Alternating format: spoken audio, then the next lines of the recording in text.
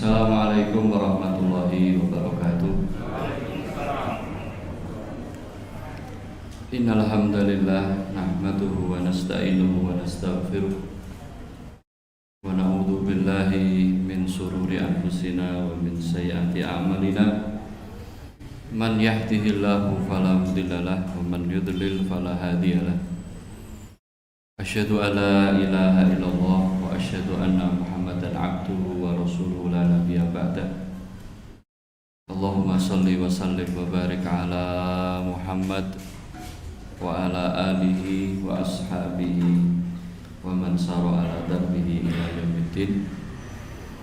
Yaqulullahu jalla thana'u fi kitabihil karim. A'udzu billahi minasyaitonir rajim. Ya ayyuhalladzina amanu taqullaha ittaqullaha haqqa tuqatih wa la tamutunna illa wa antum muslimun. Fa innal asdaqal hadits kitabullah wa khairu hadi Muhammadin sallallahu alaihi wasallam. Syarrul umuri muhdatsatuha wa kullu muhdatsatin bid'in bid'ah wa kullu bid'atin dhalalah. Amma ba'du. Ikhwatul iman rahimani wa rahimakumullah ajmain. Saudara sekalian yang insyaallah sama-sama dimuliakan Allah, alhamdulillah kesempatan sore kali ini Allah masih berikan dan limpahkan taufik dan hidayahnya, sehingga Allah masih izinkan kita dalam pada waktu kesempatan kali ini untuk menjalankan rangkaian dari ketaatan yang Allah perintahkan. Di antaranya adalah melakukan puasa Ramadan, dan di antara ketaatan kita kepada Allah Subhanahu wa taala adalah keinginan dan kemauan untuk mengkaji tentang Islam. Saudara sekalian yang dimuliakan Allah, laqad kana fi Rasulillahi uswatun hasanah. Sungguh ada pada diri Rasulullah SAW itu contoh yang baik. Jadi tidaklah Nabi melakukan sesuatu, mencontohkan sesuatu, melainkan sesuatu tersebut adalah keadaan yang terbaik yang Allah pilih untuk nabinya. Apa saja, apa yang dicontohkan oleh Nabi, apa yang diperintahkan oleh Nabi, itu adalah keadaan yang terbaik yang Allah pilih untuk nabinya. Sehingga kalau kita contoh, maka itu juga menjadi hal yang terbaik dalam hidup kita. Dan ahsanukum imanan ahsanuhum taqwa aktsaruhum ittiba'an dosa. Jadi ukuran keimanan kita kepada Allah, ketakwaan kita kepada Allah, itu ukurannya sejauh mana kita mampu ittiba kepada Rasulullah SAW. Makanya risalah nubuwah, risalah kenabian itu yang pertama adalah tauhid. Jadi risalah yang dibawa Nabi, yang pertama itu tauhid, yang kedua adalah ittiba, yang ketiga adalah tazkiyah. Ya, ingat-ingat. Jadi kita harus paham perkara tauhid, kita harus paham perkara ittiba, kita harus paham perkara tazkiyah, pembersihan jiwa. Medianya banyak sekali, ada kitab tafsir, ada kitab fikih, ada kitab hadis, ada kitab akhlak, ada kitab adab, ada kitab. Itu dalam rangka untuk apa? Mentauhidkan hawa nafsu kita, pikiran kita, ya, menundukkan hawa nafsu kita hanya kepada Allah Subhanahu wa taala. Kemudian mengikuti sunnah Rasulullah sallallahu alaihi wasallam. Ya. Jadi bagi Rasulullah SAW mengatakan, la yu'minu ahadukum hatta yakuna hawahu taba'an lima ji'tu bi. Tidak beriman seseorang sampai menjadikan hawa nafsunya mau ikut Nabi. Nah, saya katakan ciri orang yang beriman manakala dia mau mengikuti Rasulullah SAW. Ya, la yu'minu ahadukum, bahkan Rasul bersumpah demi Allah, wallahi la yu'minu, wallahi la yu'min, wallahi la yu'min, sampai 3 kali. Ya, hatta yakunu hawahu tab'an lima ji'tu bi, sampai hawa nafsunya mau ikut Nabi Muhammad SAW. Nah, termasuk petunjuk Nabi Muhammad SAW adalah petunjuk Nabi dalam berbuka, dalam makan secara umum, berbuka secara khusus. Ini yang saya pengen sampaikan. Kita sederhana urusan mangan, tapi urusan mangan itu ternyata juga pengaruhnya besar terhadap cara berpikir, pola hidup, karakter manusia. Saya tanya teman-teman sekalian, wong disebut rakus blagas perkarane mangan apa nyambut gawe? Makan. Wong disebut tamak iku perkarane mangan apa nyambut gawe? Mangan. Wong disebut culas licik senengane ngutil, urusannya apa? Mangan. Jadi makan ini perkara sepele, tapi kalau kita nggak indahkan adab dan akhlaknya, itu menjatuhkan harkat dan martabat seseorang. Ono wong ayu wis Pak, ayu pokoknya mutafak alaih tabatur mudilah. Ya misalnya gitu. Buah, ya begitu buah, ya Anda dengan mata kepala Anda melihat sendiri, jika jajan didokokno tase, kira-kira ayune sempurna ra? Hilang. Ayu ngono glagas yo, mesti ngono. Ya kan? Ngisin-ngisini. Dan itu akan jadi bahan perbincangan orang banyak. Kowe ngerti wong iku? Wah, kowe nak ngerti iku ora tegel kowe, ora mentolo. Ora sebodo ambi ayune, misalnya gitu. Kok ayu yo? Ya ganteng yo ya padha ae. Ya tidak harus ayu. Ganteng yo padha ae. Jadi itu saudara sekalian. Makanya kita pengen bagaimana Rasulullah SAW itu berbuka, bagaimana Rasulullah SAW itu makan. Ya, yang pertama, nah ini penting. Ya, karena ini buka ini nara diatur tenan ini ujung-ujungnya penyakit. Mana Pak Dokter ya? Ujung-ujungnya orang kuat seminggu malah loro. Ya. Yang pertama, karena Rasulullah, sebelum saya sebutkan darani saya ngarang. Bisa kita lihat dalam kitab Zadul Ma'ad fi Hadi Khairil Ibad karya Ibnu Qayyim Al-Jauziyah. Jadi santai ya. Nanti habis kitab dakwah kalau jenengan pengen ngaji kitab Ibnu Qayyim lagi, kita Zadul Ma'ad. Cuman sedikit ya 4 jilid. Ya 4 jilid. Saya ojo kuatir kentaan kitab puji akeh. Ya kan? Itu 4 jilid berbicara langsung live bagaimana hidup Nabi dari lahir sampai mati. Itu keren kitab itu, keren sekali. Ada terjemahnya? Ada, nggak usah khawatir. Ada. Ya, dalam kitab Zadul Ma'ad itu dikisahkan karena Rasulullah SAW la yaruddu maujudan wala yatakallafu mafqudan. Rasul itu kalau makan, ya termasuk kalau buka, beliau tidak pernah menolak apa yang ada. Apa yang ada, beliau makan. Nggak pernah mencari sesuatu yang nggak ada. Misalnya onone teh hangat, dia ngomong ini, wah ini es degan ya, nah orang ngono, ini lambi lamis sih sini ya, gambang setan itu, golek sengane golek sing ra ono, ya kan? Jadi karena Rasulullah SAW la yaruddu maujudan wala yatakallafu mafqudan. Nah, ini kalau kita sederhana, Nabi tidak pernah menolak yang ada dan tidak pernah membebani dirinya, maksudnya membebani dirinya untuk mencari makanan sing ra ono. Jenengan pernah nggak sih merasa gondok sak gondong-gondoke golek manganan golek warung ra ono kabeh? Misalnya, nah aku ya serius itu nak saya, ya. Ini ora iklan ya, tapi saya tuh suka bebek Lamongan di Gembong itu, ya Lamongan, enak bebek, tenang. Itu kadang saya pengen mengajak sangat warga kono. Bang tekan kono ra ono. Wis sadoh ngene ra ono. Nggodokno. Akhirnya cari yang lain. Dituju juga enggak ada. Mulai makan sambel ae, suwet. Ya kan? Itu namanya yatakallafu mafqudan. Contohnya seperti itu. Ini perkara sepele. Kaidah ini sepele, tapi kalau kita benar-benar lakukan, ringan cara hidup kita. Tidak pernah menolak apa yang ada, tidak pernah membebani diri sesuatu yang tidak ada. Karena mencari sesuatu yang tidak ada ini, masya Allah, itu masalah yang besar. Kemudian yang paling penting, ada semacam apa ya? Ya, aku orang ngomong syukur, tapi itulah sifat qanaah. Qanaah itu kayanya orang kaya. Ya, kalau kata para ulama, sejatine wong sugih iku sing qanaah. sejatine wong sing sugih iku sing qanaah. Siapa itu orang qanaah? Yang sudah tidak butuh dengan yang lain. Lho nek ana wong sugih tapi jan butuh macam-macam durung sugih, aja fakir.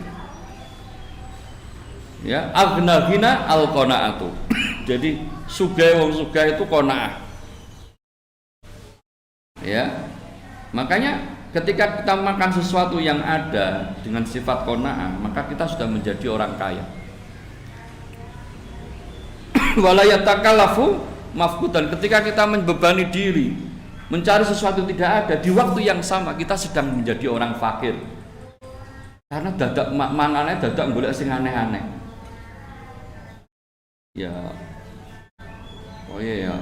Saya termasuk orang itu. Dulu. Tapi bareng kesandung penyakit, ono kolesterol, ono asam urat macam segala ini. Ono sindrom metabolik macam segala aneh-aneh penyakit. Sekarang setelah itu saya nggak pernah ngarani mangan, ora pernah. Mangan yo sing ono wektune. Waktu makan yang ada itu saya makan. Ya. Kemarin di Juwana, ini maaf ya. Live streaming nih. Juwana itu saya kasih masukan. Ya sama-sama ada buka puasa, tapi bungkusan. Taleni karet untel-untel ngono. Dene menunya ya ora elek banget, tapi karena bungkusan taleni karet jadi kan gak menarik gitu. Wis ngono kormone atus ngono. Tae adem ngono itu kan gak penak nang atiku rada nyesek. Tapi aku ya ustaz kan ya wah ngomong ya. Mau ngomong ndak.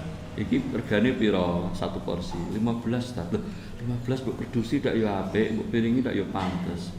Nggih satu niki nggih pripun nggih. Sedekahan kan mboten saged ngarani asal. Oh iya. Artinya gitu. Terus minggu berikutnya batinku ini mau dibawani air kelapa istri, mau dibawain kurma sing enak. Hari nang kono ora ono bahan tak bawain. Enggak, saya sudah janji. Kon mangan apa sing ono. Mangan apa sing ono. Sing ono iku sing dipangan. Ya mencoba menahan diri saja lah, belajar dari yang sederhana. Ya alhamdulillah ketika buka malah ono sing ngerti kurma sukari. Yang oleh menu yo enak. Ah ngono lho Pak. Jadi sebenarnya makan sesuatu yang ada itu jauh lebih ringan cara berpikir kita.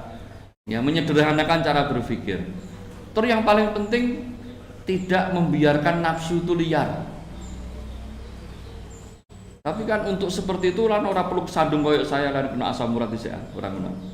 Kudune ya sing nom-nom do latihan. Sing lagi seneng-seneng mangan iki do latihan ya. Ya. Ya. La yaruddu apa namanya? Maujudan wala yatakallafu mafqudan. Karena ternyata hati itu ya misalnya gitu. Saya nggak tahu ya kalau teman-teman. Kalau saya gitu sih dulu. Ya urusan mangan itu pokoknya harus sempurna. Ya. Jadi kadang misalnya pengen gandul. Yang kita tuju gandul X ternyata nggak ada. Terus tutup kabeh diganti soto. Ngono pati ora kepenak. Betul nggak? Wes siape mangan gandul nggak taune ketemune soto. Kan gitu. Itu juga nggak nyaman. Nah, maka dengan kaidah yang dipakai oleh Nabi, la yaruddu maujudan itu bisa mengalahkan itu semua. Komen sing ono iki dipangan. Inilah rezeki dari Allah. Yang harus kita syukuri, kita qanaah. Dan tidak membebani diri mencari sesuatu yang tidak. Bukan berarti apa anane ndak ya wis pokoknya Anda mau masak apa dimasak. Kalau udah bisa persiapkan. Kalau tidak apa yang ada silakan kita makan itu jauh lebih baik. Nah, buka seperti ini kalau kita nggak lakukan di masjid susah sudah sekalian. Nah, nang omah mesti macam-macam sing digoleki. Ikilah. Tapi kalau di masjid masya Allah, sing porsine ya dipangan, sing ora porsine ya ora dipangan, anu lah. Mosok telu dadal siji kan ya ora. Ono jamaah ngono, telu dadal siji. Oh tak syuting kok, tak viralkan. Nah, ngono tim masjid ini banyak loh ya. Viralkan nanti. Masya Allah. Orang yang paling bersyukur sedunia. Telu pere dadi siji. Ya apa-apa. Jadi prinsip kita teman-teman sekalian di sini itu ya. Yang penting teman-teman dapat dulu. Dene sisa dimakan neh apa-apa. Ya. Tapi jangan belum ngomong iki sisa kok Pak, kayak telu itu jenenge ngawur. Ya. Itu nggak boleh seperti itu. Dan gitu juga adab lakukan teman-teman sekalian. Kalau enggak urusan makanan tuh masya Allah kok sepele tapi marahi gawe. Nah, yang pertama itu. Yang kedua, karena Rasulullah la ya'abu ma'aba ta'aman qattun. Ya, ma'aba ta'aman qattun. Ya. In aroda akala wa illa taroka, kata Ibnu Qayyim Jauziyah, bahwa Rasulullah SAW tidak pernah mencela makanan sedikit pun, enggak pernah mencela makanan. Kalau seneng dipangan, ora seneng ditinggal. Ya, ora seneng ditinggal, seneng dipangan, ditinggal ora dibuat-buat, ya, biar yang lain makan. Ini saya dapat laporan dari teman-teman juga. Wah, ini ada yang jamaah ini kurmanya dibuat-buat, Ustaz. Waduh, aku golek kurma angel kok. Kurma Sukari itu, ini tanya nih yang Pak Udin ini ya. Ini tanya nih. Ya, orang dodolan Sukari iki dino kok dodolan emas. Hitungan hari, hitungan jam itu habis stok berapapun. Karena saking lakunya, dan kita sempat kosong. Kalau dulu pernah dapat satu-satu karena nggak ada stoknya. Ini malah di waktu yang sama dibuang. Janganlah ya. Kurma itu ada yang suka. Kalau Anda nggak suka, taruh saja. Nanti panitia nyiapin piring ya. Nah, kurma taruh situ. Yang di tempat sampah itu ya plastik sampah. Ini bagian dari adab-adab Islam. Masuk makanan dibuang, ya. Inna mubadiri lakana min ikhwani syayati, ya seperti itulah. Pokoknya saya pengen teman-teman semua yang ada di sini itu tidaklah berakhlak melainkan akhlaknya Nabi, tidaklah beradab melainkan adabnya Nabi, tidaklah berkeyakinan melainkan keyakinan yang diperintahkan dicontohkan oleh Nabi Muhammad SAW. Itu yang kedua. Kemudian yang ketiga, yabda'u bismillahi, ya, fi awalihi, fayaqulu bismillahi fi awalihi wa yahmadillah fi akhirihi. Lalu Nabi Muhammad SAW itu, ya, kalau makan mengawali dengan bismillah, kemudian mengakhiri dengan hamdalah.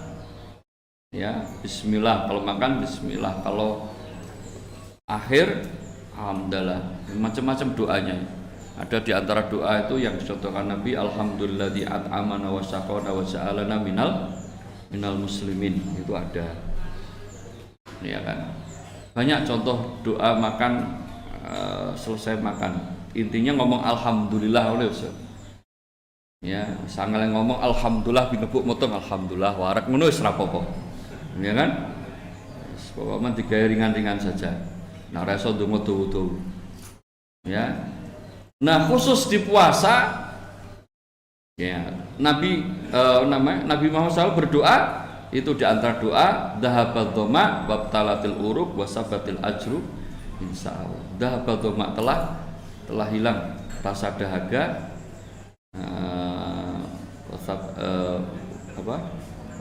wabtalatil uruq dan basah urat-urat, ya. Maksudnya kerongkongan basah, saraf-saraf udah basah, udah buat minum. Makanya doa dhahabat dhoma itu setelah buka, ngomongin bismillah setelah buka, belum selesai pun apa-apa, atau setelah buka kita baca dhahabat dhoma, ya. Kemudian Rasulullah SAW selalu berbuka dahulu baru sholat.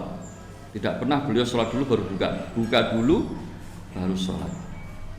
Hanya saudara sekalian, ini juga penting termasuk tip dan kiat berbuka ala Nabi Muhammad SAW, yaitu kana yuftiru birutobat, bahwa Nabi itu bukanya dengan rutab. Rutab itu kurma basah.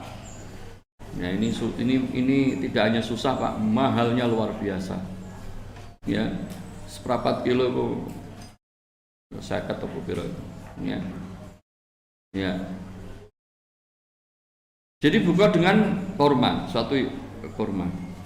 Kalau tidak dapat kurma basah ya kurma biasa. Ya kayak yang kita makan minimal itu sudah sukari itu sudah luar biasa itu ya. Ini hari kurma yang sudah HP. Ya itu nak satu dus ditukono kurma biasa itu untuk yang 3 kilo itu untuk 10 kilo. 3 kilo sukari itu untuk 10 kilo yang biasa. Makanya tolong jangan dibuang-buang, nggak seneng. Makanya kita pilih kurma sukari. Kenapa? Karena lidah kita bukan lidah kurma, lidah kita lidah gedang goreng. Saya paham itu, ya. Makanya anak gak seneng, aja dibuat sampah, ditaruh di piring, dikumpulkan jadi satu, nanti insya Allah ada yang makan. Ya gitu. Nah, nggak dapat kurma basah, ya kurma, atau kalau enggak minum air. Nah, makanya sekalian secara medis, kenapa kok habis buka itu suka lemes dan kantuk? Jelas itu karena banyak makan. Kadar karbohidrat yang tinggi itu memaksa pencernaan untuk mencerna makanan dengan keras sehingga akan menghasilkan glukosa yang tinggi juga. Itu menjadikan badan lemas. Ngantuk di waktu yang sama insulin itu jatuh. Karena kerja keras pencernaan itu jadinya ngantuk lemes. Jadi rasa-rasa kultum ngantuk jelas mana orang piring mesti tinggal dideloki ya Mas Hamzah ya semua sing ngantuk nak terawih berarti orang piring iki sing ngarep kurang terus piringnya ya kan wis dijog terus ya entek ae lho ya. Nah gitu. Mual sama muntah itu juga dampak banyak makan yang berlebih. Ya, kalau disebabkan karena lambung tak sanggup lagi menampung makanan yang terlalu banyak sehingga perasaan mual dan muntah itu ada. Benar, Pak. Gangguan pencernaan itu juga efek dari buka terlalu banyak. Buka terlalu banyak itu akan menjadi gangguan pencernaan, kaget pencernaan. Dino orang mangan terus didrop makan sak berat. Nah, ini juga tidak baik. Kemudian nafas pendek-pendek. Ya, keluar kena ngono. Ya. Cegah. Ya, jadi nak sebar tarawih terus ngene. Nah, ini berarti tak tolong piring ya. Ya. Jadi apa yang dicontohkan Nabi ini sebelum orang medis ini membuktikan akan baiknya itu sudah jelas. Karena apa yang contohkan Nabi itu ma yantiqu anil hawa in huwa illa wahyu. Nabi tidak pernah berbicara dengan hawa nafsunya. Ya, Nabi itu selalu mendapat wahyu. Maka apa yang dicontohkan Nabi ikutilah. Ya, makan yang ada, jangan membebani diri sesuatu yang tidak ada di waktu yang sama loh ya. Bukan kita nggak pengen, aku pengen makan ini, boleh saja. Kalau ada direncanakan, tapi kalau sudah ada ya sudah yang ada ini dimakan. Kemudian tidak mencela makanan dan tidak mubadzir juga. Ya, kemudian mengawali dengan bismillah, mengakhiri dengan hamdalah. Ya, tidak makan berlebih-lebihan dan tidak mubadzir. Nah, itu hadyu Nabi Muhammad SAW fil iftar, ketika petunjuk Nabi ketika berbuka puasa. Nah, semoga kita termasuk hamba Rasulullah umatnya Rasulullah yang mampu mencontoh beliau dalam segala hal ya. Kalau makan saja kita nggak bisa menahan nafsu, bagaimana dengan dosa yang lainnya? Kan lebih susah lagi. Ya, kalau makan itu kan bisa kita kendalikan. Ngono ae ora iso, otomatis yang lainnya juga susah. Saya kira itu waktu sudah mendekat, sambil nunggu adzan silakan yang punya doa zikir masak bisa dibaca. Hah?